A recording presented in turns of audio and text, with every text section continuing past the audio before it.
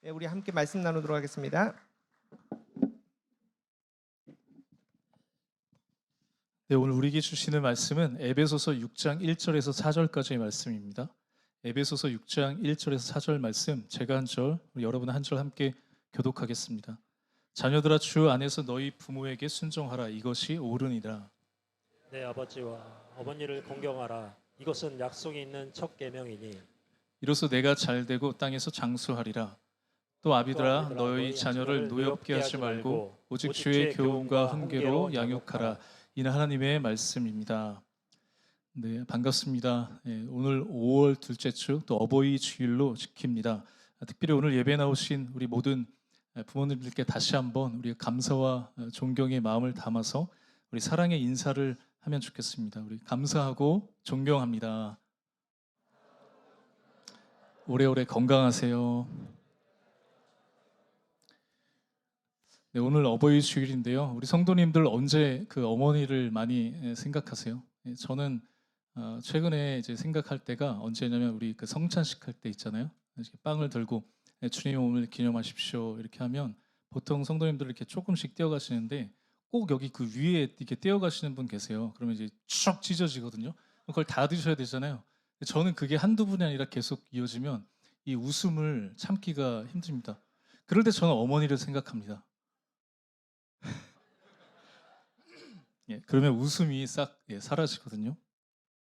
제가 그 군대 가서 어머니 생각을 그렇게 많이 했습니다. 그리고 아버지 생각도 많이 했거든요. 훈련소 입소할 때, 그리고 거기 이제 훈련소 가서 연무대교에서 이렇게 찬양하는데 오늘 우리가 불렀던 천년이 두 번 지나도 이 찬양이 그 당시에 러브라고 하는 이 CCM교의 걸그룹과 같은 그 이 아이돌과 같은 그런 팀이 와서 찬양할 때 저는 눈물이 나더라고요. 어머니 생각이 나서. 그리고 행군하면서도 자대 배치 받고 나서 이제 2등병이니까 아무것도 할 수 없잖아요. 처음에는 계속 이렇게 그냥 가만히 앉아 있기만 해야 되거든요. 누가 이렇게 치면은 제가 할 수 있는 말은 꼭 이 하나밖에 없습니다. 이병 이보열 이거밖에 없거든요. 그럴 때도 어머니 생각이 계속 나더라고요. 할 줄 아는 것도 없고 가만히 있어야 되는 2등병 때 그랬습니다. 여기 군대에 다녀오신 분들 많이 계실 겁니다. 이 세상에 가장 그 어리버리한 부리 중에 하나가 바로 군대에 가 있는 이등병이라고 할 수 있습니다. 아무것도 모르고 군기가 바짝 들어있는데 이런 이등병이 그런데 불과 1년만 지나면 어떻게 될까요?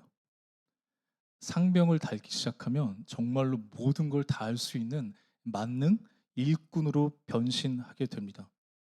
저도 군대에서 제가 그 보급병이어갖고 군수 쪽 업무 일을 했었거든요. 처음으로 그 이 기름통, 유류통도 제가 다 굴려보고 저희 군대에는 인원이 그렇게 많지 않아서 치사병도 해야 됐습니다. 밥도 해보고 반찬도 해보고 망치질, 삽질 안 해본 거 없는 것 같습니다. 다 해봤습니다. 그런데 그렇게 폭풍 성장할 수 있었던 것은 복종하는 데서부터 시작이 됩니다. 상관의 명령에 복종하면서 군대라고 하는 집단, 그 공동체의 질서를 배우게 되거든요. 그래서 그 짧은 시간에 엄청난 성장과 발전은 그 질서 안에서 이루어지게 되어 있습니다. 마찬가지로 한 사람이, 한 생명이 아무것도 할 수 없는 갓난 아기가 세상을 배우고 성장하는 데에는 가정이라고 하는 그 공동체의 질서를 통해서 그 성장을 이룰 수 있습니다. 가정에서는 누구에게 복종하죠? 이걸 조금 좋은 말로 바꾸면 순종입니다. 영어로는 obey, 복종으로 되어 있지만 이걸 순종이라고 이야기할 수 있습니다. 자녀들이 부모님에게 순종하고 복종하는 그 질서를 통해서 우리 자녀들은 성장하게 되어 있습니다. 하지만 군대의 복종으로 이루어지는 질서는 어떨까요? 때로는 이게 굉장히 폭력적이거든요. 물론 그 안에도 휴머니즘, 감동이 있을 수 있지만 철저하게 위아래가 나눠져 있습니다. 계급이 나눠져 있고 상하가 나뉘어져 있는 때론 폭력적이고 일방적인 질서를 가지고 있습니다. 만약에 이등병이 병장한테 저 오늘 마음이 힘들어서 빵집에 갔다 올게요 이렇게 하면 어떻게 될까요? 전체가 다 집합하게 됩니다. 그러나 가정은 다르죠. 오늘 우리 읽었던 1절 말씀 다시 한번 같이 읽어볼까요? 시작.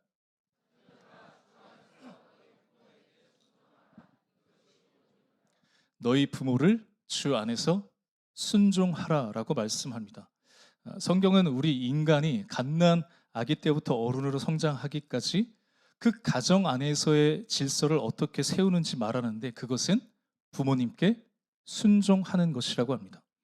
우리를 낳아주시고 길러주신 부모님께 순종하면서 이 가족 간에 질서가 세워지고 그 질서 안에서 한 생명이 한 인격체가 전 인격적으로 성장하는 거예요. 그래서 그 순종의 질서가 주 안에서 순종이라고 말합니다.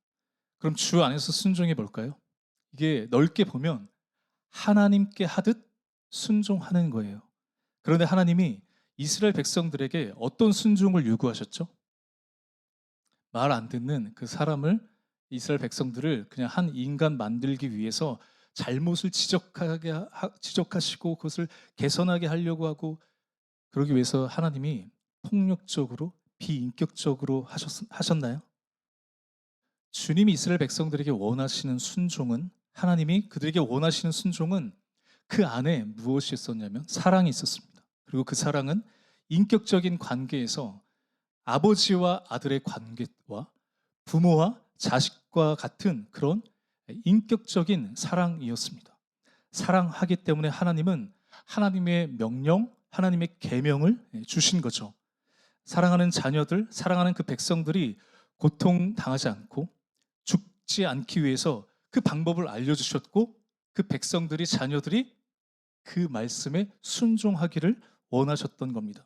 아마 여기 계신 대부분의 부모님도 그러실 거라고 생각합니다. 매일 밥도 안 먹고 게임만 하는 아들, 열심히 기껏 밥을 차려줬더니 맨날 햄만 골라 먹고 야채는 안 먹고 김치도 안 먹는, 과자 군것질만 하는 아들에게 매일 마라탕 먹고 싶다고 맵고 짠 음식만, 커피 인스턴트 음식만 먹는 딸에게 우리 아이들이 건강하게 자라기 위해서 나쁜 음식 먹지 않도록 부모님들이 이야기하는 거예요. 그리고 그 말을 듣고 순종하기를 원하는 거죠. 안 하면 때리고 얼차려주고 머리박게 시키고 벌금을 내는 그런 폭력적인 순종이 아닙니다. 어떻게? 주 안에서 하나님이 우리를 인격적으로 사랑해 주시고 우리가 이 세상에서 행복하게 살기 위해서 알려주신 그 말씀에 우리가 순종하는 것과 같죠. 그렇다고 주 안에서 순종하라고 했기 때문에 교회를 다니지 않는, 하나님을 믿지 않는 모든 그 부모님들에게 불순종하라는 말이 절대 아닙니다. 혹 교회 안 다니시는 예수님 믿지 않는 부모님들에게도 우리가 순종해야 되는 것이 더 당연합니다. 왜냐하면 우리를 통해서 하나님이 우리 사랑하는 우리 부모님들을 하나님의 품으로 돌아올 수 있도록 우리를, 여기 계신 우리 한 사람 한 사람을 그 구원의 통로로, 축복의 통로로 사용하시기 때문이죠. 골로새서 3장 20절을 보면 제가 한번 읽겠습니다. 자녀들아 모든 일에 부모에게 순종하라. 이는 주 안에서 기쁘게 하는 것이니라. 모든 일에 순종하라라고 말씀합니다. 그리고 그것이 주 안에서 기쁘게 하는 것이래요. 주 안에서 순종하는 것은 모든 일에 순종하는 겁니다. 여기 우리 자녀들도 있지만 부모님들이 더 많으신 것 같습니다. 부모님도 많으시지만 우리 여기 있는 자녀들 꼭 이 말씀을 기억해서 우리 마음속에 새기면 좋겠습니다. 주 안에서 기쁘게 하는 게 뭐라고요? 모든 일에 순종하는 겁니다. 물론 부정하거나 부도덕한 모든 거에 순종하라는 게 아니겠죠. 그럼 목사님, 담배 사오라고 우리 아빠는 맨날 술 사오라고 시키는데 이건 어떻게 해야 될까요? 물론 요즘에는 미성년자들에게 시킬 수가 없는데 저 어렸을 때는 그랬거든요. 가서 술 사와라, 담배 사와라. 그런데 우리가 부모님께 모든 일에 순종한다는 것은 주 안에서 순종한다는 거예요. 그래서 하나님 뜻 안에서 순종해야 되는데, 그것이 만약에 하나님의 말씀을 벗어나 있다면, 하나님의 말씀을 어긴다면 고민해야 됩니다. 지혜롭게 해야 되겠죠. 때론 거부하기도 해야 됩니다. 이것을 조금 더 우리가 확장시켜서 보면 오늘 본문 우리 2절 말씀, 3절 말씀도 이어서 한번 읽어보겠습니다. 시작.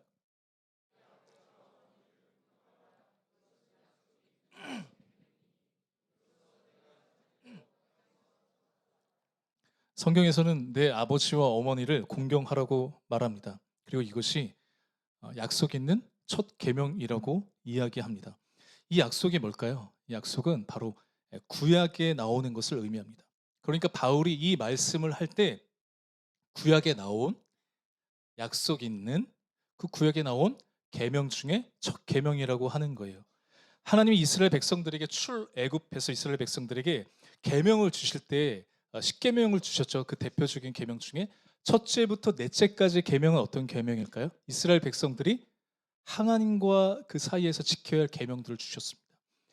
나머지 6개는 사람들 사이에서 이스라엘 백성들이 지켜야 될 계명을 주셨습니다.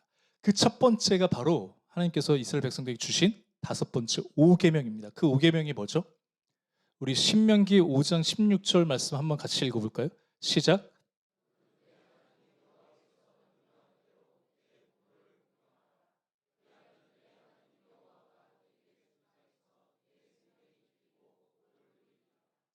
이 계명을 지키면 어떻게 될까요? 하나님이 이 계명을 주신 이유는 이스라엘 백성들이 가나안 땅에 들어가서 그들이 잘 살고 복을 누릴 수 있도록 하시기 위해서 이 계명을 주셨습니다. 근데 이 계명의 그 첫 계명을 지키는 것이 바로 첫 계명을 지킬 때 생명이 길고 오래 사는 것이래요. 그게 복이라는 거죠. 바울은 구약에 나오는 이 약속의 계명, 이 축복의 약속을 인용하면서 우리에게 부모를 공경하라라고 말씀하고 있습니다. 이 공경하라는 말은 어떤 뜻이냐면 히브리어로는 무겁다라는 뜻입니다. 헬라어로는 가치를 두다. 이걸 종합해 보면 존경하다라는 뜻입니다. 사실 요즘 우리가 부모와 자식 간에 또 세상에서 어른들 사이에서 우리가 그 어르신들을 존중하는 모습들을 보기가 쉽지 않은 것 같습니다. 무겁게 여기지 않잖아요. 가볍게 여깁니다. 예의 없는 모습들을 우리가 볼 수 있습니다. 학교에서도 보면 선생님들을 존중하나요? 굉장히 가볍게 여깁니다. 이 공경은 쉽게 말하면 상대를 존중하고 가볍게 여기지 말라는 뜻입니다. 무겁게 여기라는 거예요. 그러면 성경에서 어떻게 된다고요? 너가 잘 되고 이 땅에서 장수한다고 이야기합니다. 우리 성도님들 오래 사는 게 복인가요? 장수하는 게 복인가요? 라고 할 수 있지만 당시에는 수명이 얼마나 짧았겠습니까? 우리 조선시대 때 생각하면 50살 살면 굉장히 많이 산 거 아닌가요? 그만큼 오래 산다는 것은 아프지 않는다는 거고 아프지 않는다는 게 당시에 얼마나 큰 복이었겠습니까?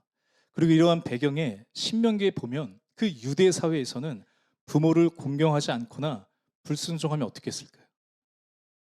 신명기 21장 18절에서 23절을 보면 제가 이거를 그냥 요약해서 말씀드릴게요. 아버지의 말이나 어머니의 말을 순종하지 아니하고 부모가 징계하여도 순종하지 아니하면 그 모든 동네 사람들이 나와서 돌로 쳐 죽입니다. 그러니까 극형에 처했습니다. 이게 무서운 말씀이기도 하지만 부모를 공경하는 사람만이 건강하게 그 온전한 수명을 누리며 살았다는 거예요.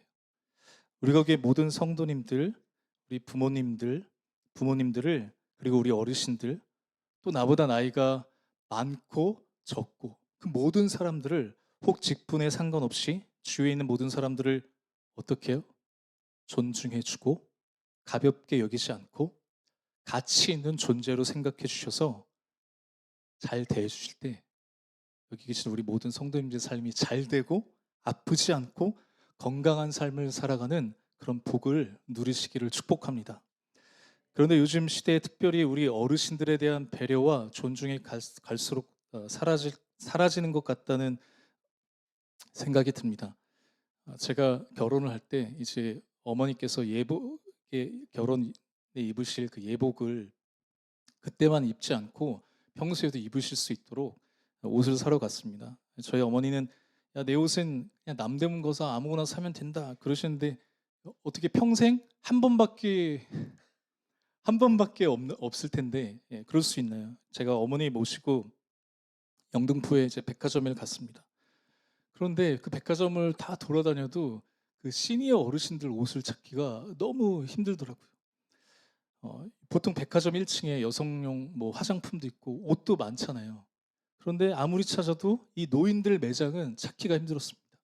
찾고 찾아서 5층에 갔는데 딱 봐도 안 왔으면 좋겠다는 그런 이 분위기가 감지됩니다.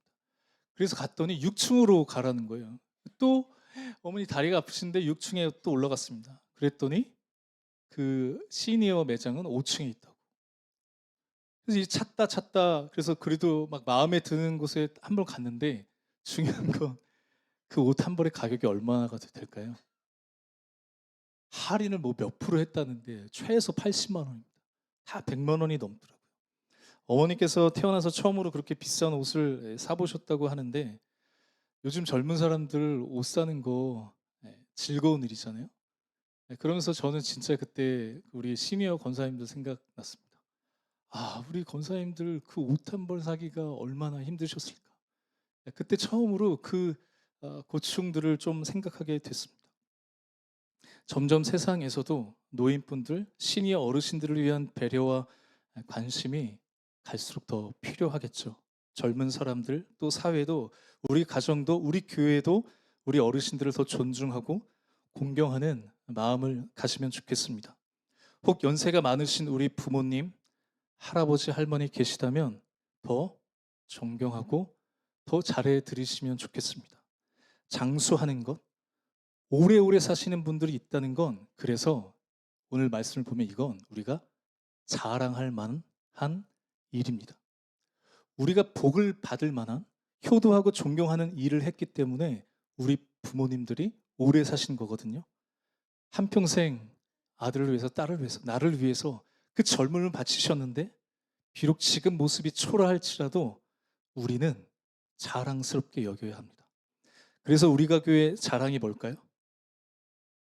우리가 교회 자랑은 바로 이영남 권사님이십니다. 권사님 우리 그 연세가 90이 넘으셨거든요. 우리가 우리 가정에, 우리 공동체에, 우리 교회에 오래오래 사시고 장수하시는 어르신이 있다는 것, 그것은 우리가 복을 받았다는 증거이고 그래서 그것이 우리의 자랑이 되어야 합니다. 앞으로도 우리의 삶이 복된 삶이 되려면 어떻게 해야 될까요? 가정에서든 교회에서든 서로를 가볍게 여기지 말고 그래서 우리가 존중해야 됩니다. 우리가 오늘 카네이션을 달아드렸는데요. 카네이션을 왜 달아드릴까요? 존경과 감사의 의미가 있다고 합니다. 자기 부모님을 무시하는 사람들이 어떻게 사회에서 세상에 나가서 자기보다 높은 사람들을 존중할 수 있을까요? 그 질서를 배우지 못하면 어떻게 사회에서 사람들을 존중하고 그 사람들을 무겁게 여길 수 있겠습니까? 늘 남을 깔보고 남들을 가볍게 여기는 사람들은 결국 스스로 스트레스를 받고 그 삶이 고되고 힘들겠죠. 그리고 주위에는 사람들이 가까이 가려고 하지 않을 겁니다. 그래서 우리가 부모님을 공경하는 것으로부터 그 질서를 배우는 것으로부터 세상에서도 높은 사람이나 낮은 사람이나 인간은 존중하는 것을 배울 수 있습니다. 저도 웬만하면 교회 공동체 안에서도 늘 이제 잘 호칭을 잘 하려고 하거든요. 형제, 자매, 형제님, 자매님. 제가 처음 교회 사역할 때 제가 청년부 때 저를 담당해 주셨던 목사님이 담임으로 가셨던 교회에 제가 전도사로 첫 사역을 시작했습니다. 제가 전도사인데 제가 고등학교 때부터 저를 지도해 주셨던 목사님인데 한 번도 저에게 따로 불러서 보혈아 일로 와서 이것 좀 해라 라고 한 번도 말씀하신 적이 없거든요. 이 전도사 오늘 이것 좀 하지 그래 보신 적도 없어요. 늘 전도사님 항상 물어봐 주셨습니다. 명령체가 아니라 저에게 질문해 주셨습니다. 그래서 사실 저는 교회에서 이 공경을 배웠습니다. 이 질서 안에서도 우리가 존중을 배워갈 수 있는 거죠. 부모와 자식 간에 뿐만 아니라 가족뿐만 아니라 우리가 모든 사람들 사이에서도 이렇게 서로를 공경하면 서로 존중하는 마음을 가진다면 부모님도 그 자녀들이 이 부모님을 무시할 때, 짜증나, 우리 아빠 엄마 맨날 잔소리하고 맨날 이런 거 자기는 하지도 않으면서 나에게 이런 거 시켜. 그 자녀들을 노엽게 하지 않을 겁니다. 그럼 부모님들은 어떻게 우리 자녀들을 양육해야 될까요? 우리 오늘 본문 4절 말씀 우리 같이 한번 읽어보겠습니다. 시작.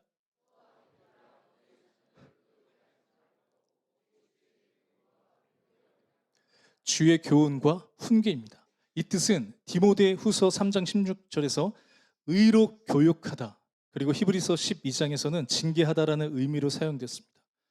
유대 사회에서는 부모님들이 그 자녀들을 훈계하는 게 가장 그 자녀들을 양육하는 기본적인 방법이었습니다. 그런데 그 훈계가 자기의 어떤 인생 철학, 우리 집은, 우리 가문은 이런 가풍을 가지고 있어, 이런 가르침을 따라야 돼 하는 게 아니었습니다. 주 안에서, 하나님 뜻 안에서, 그러니까 하나님의 말씀으로 훈계하는 거예요. 우리 부모님들 주 안에서 말씀으로 우리 아이들을 양육할 때 주 안에서 공경하고 주 안에서 순종하는 자녀들로 키울 수 있는 것이겠죠. 그런데 여기서 중요한 게 있습니다. 이게 잘 될까요? 서로 우리 형제 자매, 형이 동생을 막 때리고 폭행하고 그 아이들 불러다가 성경에 서로 사랑하라고 돼 있어, 이제 서로 사랑해, 이렇게 하면 서로 사랑하고 잘 될까요?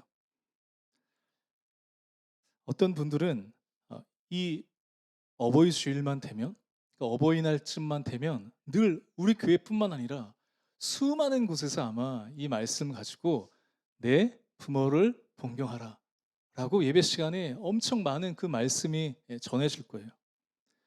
그런데 많은 분들이 이 부모를 공경하라는 말 때문에 상처가 된다고 하시는 분들이 굉장히 많습니다. 또 그런 걸 보고 어떤 목사님이 또 영상으로 올리기도 하셨더라고요. 저도 그랬습니다. 제가 10년 전에 저희 아버지가 돌아가셔서 저는 거의 10년 동안 그 아버지라는 이름을 불러본 적이 없는데, 저도 어렸을 땐 아버지에 대한 상처가 있었거든요. 굉장히 무뚝뚝하셨습니다. 그리고 그렇게 어머니 속을 썩이셔서 형하고 저는 그 아버지에 대한 상처가 있어서 사실 부모님에게 순종하고 부모님을 공경하는 것이, 이 말씀이 사실 저에게 어렵게 다가올 때가 있었던 게 사실입니다. 그런데 저는 개인적으로 주 안에서 하나님 아버지의 인격적인 사랑을 통해서 저는 사실 그 육신의 아버지, 그 아버지에 대한 상처를 저는 회복할 수 있었습니다.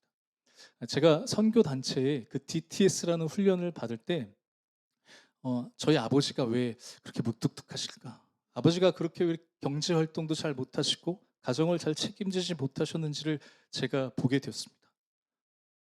그러다가 아버지도 아버지의 아버지에 대한 상처가 많으셨구나. 저희 아버지의, 그러니까 할아버지가, 저희 아버지가 둘째인데, 막내인데 첫째 아들만 공부를 시킨 거예요. 저희 큰아버지는 서울에서 명문대 나오고 강남에서 고위 공무원으로 되게 잘 사셨거든요. 그런데 저희 아버지는 이제 공부를 안 시켜서 늘 힘들고 어렵게 사셨습니다. 그럴 때 제가 그 아버지에 대한 상처가 보이기 시작하면서 이해가 되고 용서하게 됐습니다. 근데 그게 인격적인 하나님 아버지를 만나게 되면서 또 믿음의 공동체, 교회 안에서, 교회라고 하는 그 공동체 안에서 아버지도 나를 사랑한다고 얘기하는데 많은 사람들이 저를 사랑한다고 얘기해 주시고 저를 칭찬해 주시고, 제가 얼마나 많은 칭찬을 받았겠습니까? 저를 격려해 주고 위로해 주는 어르신들, 선배들을 통해서 저는 인격적인 사랑이 뭔지를 너무 많이 충분히 경험했습니다. 그래서 저도 남을 공경하고 존중할 수 있는 사람이 된 거죠. 가정에서뿐만 아니라 교회 안에서도, 이 예배를 통해서도 인격적이신 그 하나님의 사랑을 경험했기 때문입니다. 얼마 전에 저희가 우리 공동체 모임을 하는데요. 그 여자 성도님께서, 지금은 아버지께서 돌아가셨지만 그 어렸을 때 그 아버지에 대한 그런 상처가 있으셨나 봐요. 아버지에게 평소 이렇게 사랑하는 말, 이런 칭찬과 그런 격려의 말을 잘 못 들으셨던 것 같아요. 그래서 이 하나님 아버지의 사랑이라고 얘기하는 거를 이해를 공감을 못 하셨대요. 인격적인 사랑이 뭔지를 잘 모르셔서 너무 답답하셨던 거예요. 그래서 꿈에라도 좋으니 꿈에 나타나서 그 아버지의 사랑을 느낄 수 있게 해달라고 기도하셨다고 합니다. 하나님이 이 기도를 들어주셔서 꿈에 나와서 그 아버지의 사랑을 경험하게 해주셨을까요? 아니요. 꿈에 안 나타나신 거예요. 그래서 계속 답답한 마음을 가지고 계셨죠. 그런데 이분이 교회를 오셨는데 저기 입구에서 한 아기가 오더니 이분의 얼굴을 이렇게 쓰다듬으면서 아 예쁘다 그랬대요. 다음 주에 또 교회 왔는데 옆에 있는 다른 권사님들은 아무 말도 안 하는데 그 아기가 또 자기한테 와서 얼굴을 쓰다듬으면서 아 예쁘다 그랬다는 거예요. 이분이 그때 아 그리고 이 말도 하셨습니다. 만약에 목사님들이 와가지고 그랬다고 하면 이거 서로 얼마나 민망한 상황이에요. 제가 어떻게 아 예쁘다 이럴 수 있겠어요. 아무 편견 없는 그 아기를 통해서 하나님 아버지의 그 사랑을 자기에게 보여주셨다는 거예요. 너는 예쁜 아이야. 너는 예쁜 딸이야. 하나님은 오늘도 우리 이 예배를 통해서 우리 공동체를 통해서 우리를 위로하시고 사랑한다고 말씀하신다고 믿습니다. 그리고 저는 이런 하나님의 마음이 지금도 저를 위해서 늘 전화만 하면 저를 칭찬해 주시고 격려해 주시고 사랑한다고 말씀하시는 그 아들을 위해서 새벽마다 기도하시는 어머니의 마음과 닮아 있다고 생각합니다. 이 말씀처럼 우리도 주의 교훈으로 우리 자녀들을 양육하고 싶은데 언제부턴가 우리 아이들 문 잠그고 우리 엄마 아빠 말을 안 들으려고 합니다. 그것뿐이겠습니까? 여기저기서 사고 치고 와서 그 문제 해결해 달라고 하면 얼마나 가슴이 무너지시겠어요. 그런데 그렇게 안 될 때 어떻게 하시겠어요? 포기하시겠어요? 우리를 공경은커녕 자기 앞가름 좀 하면 좋겠는데 그러지 못한 게 혹 내 책임 같아서 오늘도 스스로를 나를 자책하며 마음 졸이시는 우리 어머님들, 우리 자녀들 하나님의 인격적인 사랑은 어머니의 사랑과도 닮아 있습니다. 이런 말이 있다고 해요. 어머니의 다른 이름은 용서다. 이것은 그의 자녀들이 늘 하나님을 멀리하고 떠나 있어도 끝까지 자기 독생자를 보내면서 용서하시는 하나님의 마음과도 닮아 있습니다. 자녀들이 마땅히 주 안에서 하나님을 공경하듯 우리 부모님을 공경하지만 마찬가지로 인격적인 어머니의 사랑을 통해서 자녀들은 세상에서의 고난과 그 역경과 때론 좌절하고 실패하고 무너지는 그 슬픔을 회복하고 이겨낼 수 있습니다. 부모님, 우리 어머니 언제나 품어주시고 용서해주시고 사랑해주시는 그 품 안에서 우리 자녀들 다시 회복할 수 있지 않을까요? 다시 일어날 수 있지 않을까요? 그래서 여전히 우리 자녀들에게 그 어머니의 기도가 필요합니다. 성경에 보면 그 어머니의 기도를 통해서 죽어가는 자녀들이 살아나고 인생의 목적이 없고 늘 좌절했던 그 인생이 다시 꿈을 발견하고 하나님을 위해서 위대한 신앙인으로 살아갔던 경우가 나옵니다. 모세도 그랬죠. 사무엘도 그랬습니다. 수로보니게 이방 여인은 그 딸을 위해서 자기의 자존심, 자기 안위는 중요하지 않았습니다. 오직 아프고 세상에서 소외된 자식을 살리기 위해서 주님 앞에 나아갔습니다. 부르짖고 간구했습니다. 기도를 멈추지 않았습니다. 요즘 시대에 아무리 신앙이 좋고 오랜 시간 교회를 다닌다고 하더라도 우리 자녀들이 어린 자녀들이 우리 부모님을 공경하는 것은 쉽지 않습니다. 가족 간에 늘 사랑을 고백하고 화목하기도 어렵죠. 우리의 바램대로 뜻대로 되지 않습니다.